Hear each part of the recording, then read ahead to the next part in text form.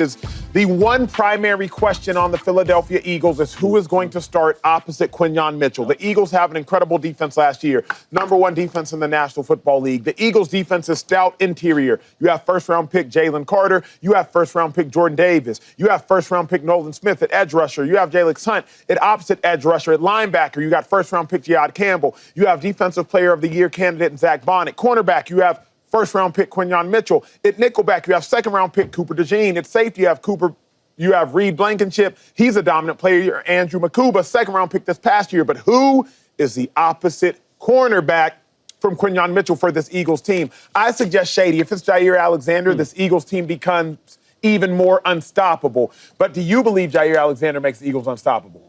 Eagles unstoppable. Let me get this straight, because I love Jaire Alexander. He's that good. Locked down when he's healthy, all pro after all pro after all pro. That's how nice he is. But the Eagles, we don't really need much, though, dog. And this ain't a take against him, it's a take against us. Yeah. We that nice, but we don't need all that. That's fair. You know what I'm saying? All we need is a football and some referees and a whistle. You know what I mean? Because all we did last year is put belt to booty. Bop, bop, bop. Like we did to the NFC side, and then we went to the big dogs, to the AFC, did the same thing to them in the worst way. So, listen, we would love to have Jaire, because he is great. Yeah. But let me wake you up this morning. We do not need nobody. Fair. Wake us up. So, wake us up. I would love to have him, though, bro. I do think you have a shutdown corner that makes us unstoppable. We already are really, really good. I mean, we didn't defend the chance for a reason. Fair. If you don't believe me, ask James Jones. We beat his team twice in 1 year. Twice. They ain't in the same division. That's how the morning starts. So if we did have he got it. Alexander, I do think we'd be unstoppable. So yes. Wow. But we don't need much. You don't need him. Quarterback, where you stand on it, Q? Wait till football season starts. I know. He's already chirping. And I hate when this dude got bragging rights. 7:03 a.m. Both his little teams doing good. Both June of them in the 10th. Super Bowl last year. all that Yankees are funny. rolling too. It's unbelievable. I'm just a winner. I hope they all lose. Look, I don't think there's no such thing as unstoppable. Like, unstoppable means you are unbeatable. The Eagles got beat last year, but they are easily the best team going into this year. And I think that Jaire Alexander would help that. I don't think he would make him unstoppable. Look, the thing about Jaire that I like is when he does play football, because he's missed 34 games the last 4 seasons, that's 50% of the games. Now, some of it could be the head coach and him not seeing eye to eye, but when he plays, the defense is different. It looks different. Quarterbacks act different around it. They don't throw to his side of the ball. He's an all-pro for a reason. He's only 28 years old. I think that he, looking at how much he's played, it's like, he could be, he's only 28. He would fit in well, but I think that the question that Eagles need to ask is he worth $18 to $20 million a year, which he's going to get whether from the Rams or the Bills or even Minnesota, I think is a good fit for them because they're lacking corner. Are they worth that much money given his injury history, right? Can he stay healthy? Another thing, will he fit into that locker room culture? I think that culture there in Philly is second to none. I know Vic Fangio personally, right? He has a certain way he wants players to play. Does Jaire fit into it? I don't know. They got to figure it out. It's impossible to tell. But to say that one player that's not a quarterback, not named maybe Patrick Mahomes, makes an NFL team unstoppable, that's hard for me to say, although I do think he would be a really good addition, especially on a team, that has lost 5 defensive starters in the Philadelphia Eagles. What's the weakest part of the Eagles team? Corner and opposite. You got to think hard. It ain't like... Not you, sir. Not you, sir. Corner. Yeah, there's one position for me. It's cornerback opposite Quinyon Mitchell. Cornerback. And you have an opportunity to go at an all-pro corner. And we all believe, it was unanimous up here a week ago, that the Eagles going back. Yeah, we going back. he's happy today. At least that's what we think going into the football season. And now you add an all-pro in Jaire Alexander. It will make him unstoppable. I truly think it will. And I always go off of being healthy. Yeah. If Jaire's healthy, you got to deal with CeeDee Lamb and George Pickens. Yeah. He can handle those dudes. You got to deal with Malik Neighbors. Yeah. Then you got to deal with Debo and Scary Terry. Yeah. And corner's the weakest position on the Eagles right now, and you add an all-pro. And not only that, I learned from you a little bit, too. CJ gone. So you need that cuckoo for Cocoa Puffs dude. No, for real. On the defensive side of the ball, you need that dude that's going to talk junk, that's going to be the enforcer, that's going to go out there and they going to make sure, hey, turn this thing up. That's Jaire. And that's one thing the Packers is going to miss. He was that dude. Right. He was that dude. Hey, we see him with Justin Jefferson all the time.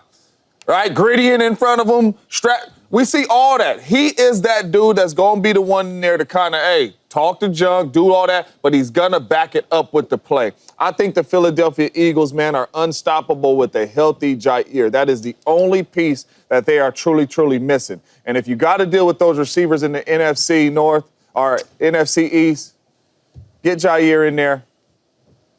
I hate to say it, because the dude at the end of the table, but I think it makes him unstoppable, especially healthy. I don't know a weakness that you can exploit. There's something else that was interesting, and I read it over the weekend. It wasn't a notable headline, but it's gigantic for the story. Eagles defensive coordinator Vic Fangio, he is the blackjack player who has the different cards in his hand. And he has a couple of aces in the deck. The aces being things that you can manipulate, the ones or the 11s. That's Cooper DeJean. Vic Fangio, defensive coordinator, he said, we're going to find a way to start Cooper DeJean in our base package, either at outside cornerback or at safety. For those that are familiar, Cooper DeJean, he started only in nickel last year because you had Chauncey Gardner-Johnson who was starting and you had Darius Slay who was starting in base and in nickel. Cooper only started in nickel. In base personnel, when the offense comes out with 2 tight ends and a running back or a fullback and a running back and 1 tight end, Cooper DeJean, one of the best Eagles defensive players, he was off the field.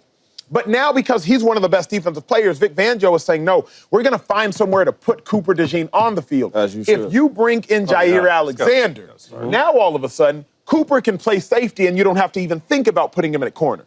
But without Jaire Alexander, you might say to yourself, Cooper is a better option at outside corner than Kelee Ringo. Ringo doesn't have that many starts over the course of his career. Let's put Cooper at outside corner. But if you get Jaire Alexander, now you can manipulate that ace that you have in your hand, which is Cooper DeJean, in a much better fashion. And you say, hey, we'll put Jaire here, we'll put Quinyon here, we'll put Reed Blankenship at safety, we'll put Cooper at safety in base personnel. Then in nickel personnel, hey, our second-round pick, Makuba, will start at safety. Cooper, you play nickel. So the Eagles, if they acquire Jaire Alexander, I do think they become even more unstoppable because now you just can manipulate your deck even better and put the best players on the field. I got a question for the desk. Do we think wholeheartedly that the Eagles, without anyone else added, are going to repeat? Like have probably the best chance to repeat? Great chance. They have a great chance. Obviously, right? Now, play the games. Even if they sign Jaire Alexander, you think they got a chance? Great chance, of course. So I think they have a better chance. You think they have a better chance? do. So for me, it's just like, I think the Eagles are that good right now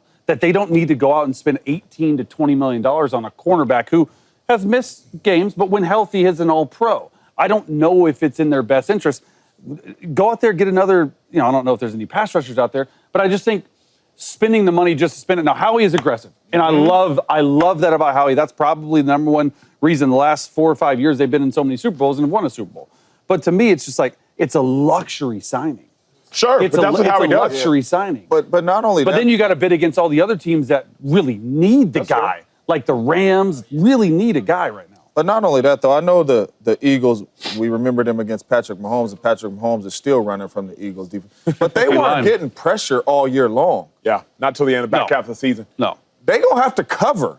And you just got a duo in Dallas in George Pickens and CeeDee Lamb. You got a new duo in Washington and Debo and Scary Terry. Like, you're going to have to cover. He don't bring a lot of pressure. Yeah. He rushes forward, and he back end got to cover. So you can depend on some of these young boys if you want to, and you can move Cooper out there. Then who going to safety? Then you got to add this all-pro dude to your team right now, and you got a dude that can lock down one side of the field. I mean, it definitely helps their odds. In the draft just 4 years ago, he was not supposed to be the starter. They drafted Trey Lance in that same draft class, traded 3 first-round picks for Trey Lance, but Trey Lance didn't work out. Jimmy Garoppolo, he went to a Super Bowl with the 49ers. He ends up getting hurt. He doesn't work out. Enter Brock Purdy. Brock Purdy goes to an NFC Championship game his first year, then goes to a Super Bowl the next year. Last year, he struggles. The whole team struggles, but then he gets $265 million. Shady, you have been very polarizing about your opinion on quarterbacks getting paid. It's over and done with. Purdy's paid now. But do you expect Purdy to prove he was worth the deal? Nah, I don't think so. I mean, it doesn't mean he can't play really well. I think he'll play well in that system. He does well for that team. But we showed us last year that when the defense wasn't as good and the offense wasn't as good and guys weren't in the lineup, you couldn't carry him. So what's going to change? The money? The money going to make you carry these guys? It's like so right now he's tied for what, seventh highest paid quarterback? Yeah. Is he his top 7 quarterback? This is why I keep talking about the market. Because when we talk about the tools and we talk about the Brock Purdys, Trevor Lawrences, it's like y'all don't deserve to get that type of money. Now, if you ask me, but Josh Allen got this type of money, Lamar Jackson, they get paid elite money. Will they make up for their contract? Yes, because they are that good. And in simple terms, you are paying a quarterback that is really good in a system where the team does most of the work, elite money as a quarterback that carries a team no matter what the talent is like. And that's the question about Purdy is you paying a guy, basically, hey, man, we're going to give you elite money, even if you're not the main person driving this car, driving this bus. He's not. Every time we look at the Niners when they did great, when the NC Championship games or if it's Super Bowl, it's always the players around him. It's always the coach. The freaking owner who makes all the decisions, who writes all the checks, said out of his mouth. Now, all the Niner fans, I see y'all outside, y'all want to come at me. So don't come at me, come at the owner. The owner said, we love Brock Purdy. He's great for our team. When you combine him, the head coach, and the team around him, we are really, really good. So when you get this money, this big check to Brock Purdy, it ain't going to the players, the owner. It's going to Brock. Now, if you put some other quarterbacks over there, like a Josh Allen, like a Patrick Mahomes, like Lamar Jackson, and you say, do you think they can earn a contract? Yeah, because in and out the lineup, it don't matter because they are that special. So I like Brock Purdy, but when you get paid that type of money, it's hard to make up for that contract if you're not super talented or a super elite. That's fair. That's fair. And that's just being honest, bro. I love Brock Purdy, but come on, man. Seriously, come on. You know what I mean? Seriously. Chase, you're in deep thought. Yeah, I like the take. I couldn't disagree with it more. Just from a pure standpoint of playing the quarterback position. Look, and can he prove his worth to the contract? It depends on what you think the worth should be in the contract. Do you want to be Super Bowl champions every year if you pay a quarterback like that? It's probably not going to happen. Do you want to be relevant in November and December and keeping your team in playoff contention and playoff hunt because of your play? Yeah, I think you can do that. And I think that's sort of what the worth for this quarterback market is. Look, the salary cap keeps going up. In 2 to 3 years, whether we like it or not, this is going to look like a bargain. There's going to be above $60 million in the next 2 or 3 years with all these quarterback contracts coming up. Who knows what Lamar's going to get? He's due for an upgrade. Who knows what Mahomes is going to get? He's due for an upgrade. So for me, when you watch the San Francisco 49ers, yes, the scheme helps Brock Purdy. Yes, of course the players help Brock Purdy. You still have to go out there and make the throws. It's not like he is just back there throwing screens or throwing now bubbles or slants. He is throwing the football down the field at an extremely accurate rate. I'm pretty sure he's first or second since he's taken over in yards per attempt. He's not checking the football down. Yes, last year was a year that didn't go well. The entire team was hurt. There was injuries left and right. Yeah, he didn't play as well as he wanted to. But I do think with what we've seen for Brock Purdy to carry them to two NFC championship games, and a Super Bowl, and you're a quarter away from winning a Super Bowl, maybe less than a quarter away from winning a Super Bowl, I think he will absolutely prove that he's worth the contract because as contracts continue to rise, this is going to be probably 10th or 11th highest paid in the next 2 or 3 years, which I think Brock Purdy's a 10th to 12th to 13th best quarterback in the NFL. So I think they got it right. I think Brock Purdy probably could have got more. I think San Francisco could have dug their heels and said, hey, you know what? We got you for the next 3 years at $96 million, which they could have. They want him to be the quarterback. So when you look at the play on the field, in my opinion, as a quarterback, I do think he elevates this scheme, and I do think he elevates this team. Real quick, I got one for y'all, though, and I just want to hear what I'm saying. So Brock Purdy's making elite money, correct? Yeah. And the question is, can he justify the contract? Would he ever outdo the contract? Yeah. I'm going to give you some names real quick, right? Now, Niner fans, stay with me now. All respectful. I'm trying to say something a different light, okay? Because that was a good take by Chase. Myles Garrett's probably an elite player, right? Makes a lot. He's the highest paid player. The most elite. So when a team plays the Browns, who are they circling? Myles Garrett. Top player? Twice. Okay. Highest paid running back in the football is Saquon Barkley. Yep. When a team plays the Eagles, who they circling? We got to stop him. We got to fight. They circling on him on the tape right now. Right. Saquon Barkley. Highest paid wide receiver, Justin Jefferson. When a team plays the Vikings, double cover who they circling? We got to stop them. Of course. Right? Of course. highest paid quarterback, Josh Allen. When the team plays the Bills, who are they trying to stop? Who's the main J.A.? Quarterback. When a healthy Niner team is there on offense, are they circling Brock Purdy? Probably CMC. Right? CMC. Yeah. Their last Super Bowl run, the whole game plan, we got to stop CMC or the all-pro Ayuk. You looking at Brock Purdy's the last guy on offense we got to worry about. On defense, the top player is Warner. Fred Warner, the highest paid. The defense, when they play the Niners, are they not circling him? Of course. So all I'm saying is, when you getting elite money and you talk about this contract, can I outdo it? How, when the whole game plan is opposite of you? It's 3 guys we worry about before we even get to you. And that's my whole point is, when you talk about these elite players and making this type of money, it's like, do you deserve it? How, when you play in the NFL, the elite of the elite, the coaches, the best coaches in the NFL, we not even circling you, dog. We circling other players. I like this. Come on, man. Jay. I'm just telling the truth today. I think that's what my dog Shady's struggling with right now. Yeah. Is because of the money, and he has Purdy in the elite conversation. Like he hears that elite money. because he's elite money. Elite money. So really quick before I get my take, because you were the highest paid running back in the NFL. Top 6 right now, Yes, sir. still walking, dead or alive. But when you was playing You're alive. actively, you was the highest paid running back. When you signed that deal, did they want the same Shady or did they want a better Shady?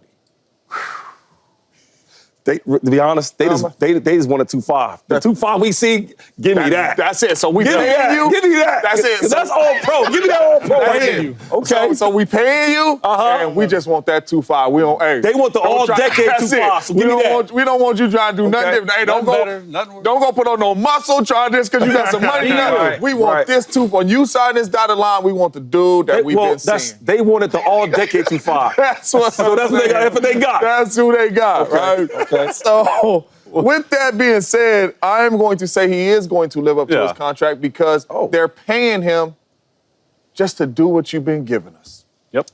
That's it. We gonna put a team around you. Just do what you've been giving us. And I'm taking the money out of it. I'm taking the elite conversation out of it. I'm taking all that out of it. We paid you the money to do exactly what you've been doing. Run the system. We will make sure we get all these pieces around you. You could think whatever you want to think about Brock Purdy, system quarterback, elite quarterback, whatever. To live up to the hype of this contract, just do what you've been doing. Yep. And that's why we paid you. And for Brock Purdy, I believe he will continue to do that in this system, so he will live up to the hype. I'm not even thinking about putting him in the Lamar, the Josh, the Joe, none of them conversations. Just do what you've been doing, and if you do that, you will live up to the hype because we going to put all the pieces around you like Shady has talked about. For the sake of interest, do we have the full screen with the highest paid quarterbacks in This is NFL crazy, history? man. Throw that up there because, Shady, I want to both talk to and to some degree maybe undress your argument. Okay. These are the top 10 highest paid quarterbacks in football, right? I don't know if when you're looking at the Cowboys offense, you're circling Dak Prescott.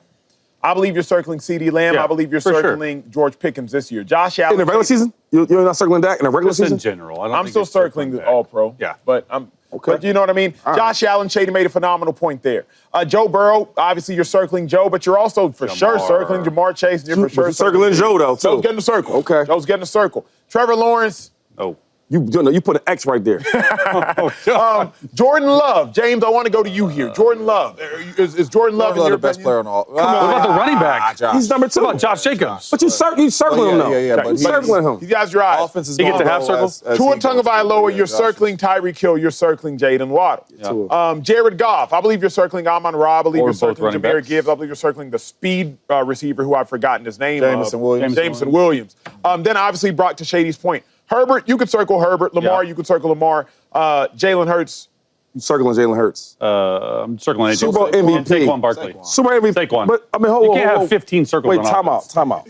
You can't. I mean, look what you started, Acho. But wait, on the offense, all right, so on the offense, we just circling one player. He's not the first one. AJ. you're circling. All right, so Saquon. Lane Johnson. So he did. So he did say you circling Purdy last. Okay. He got it. said last. He said you circling Ayuk, Debo, Kittle, the running back. CMC. Right. Then then yeah, he's the last one to go.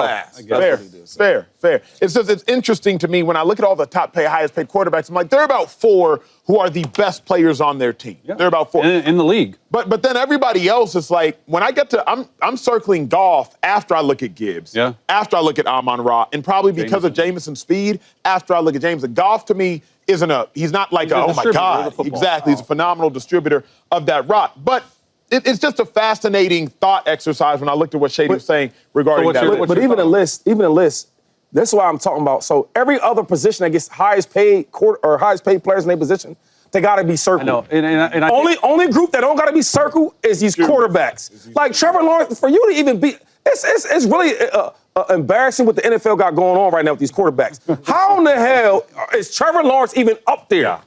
Even Tua. Like, as much as we want to talk about Tua, Tyreek Hill, thank God you came to Miami in 305 to help them boys out. But come on, dog. Before the head coach got there and Tyreek, they was talking about him like, we want to get Tom Brady. We want to get these other quarterbacks because you're not that good. Let's keep going down the list. Now, I'm going to go against you with the Jared Goff. Yes, sir. I think Jared Goff makes that thing go. You say what you want. I don't know if any quarterback go down there and do that. He get that thing rolling. I'd and say when he doesn't Goff play and well, Purdy are similar players, though. The way they distribute Goff turned that thing. The way they distribute the football, the way they make these layered throws, to me, they are. I see them similar. I know Shady doesn't. I know James doesn't. They are like players. Dog. But it's just fascinating. Either way, Brock Purdy, you had a lot of pressure coming on you this season. What up, YouTube family? Welcome to the facility. Thanks for watching, and you better be sure to hit that subscribe button if you want to get more highlights from the show and all of our exclusive content.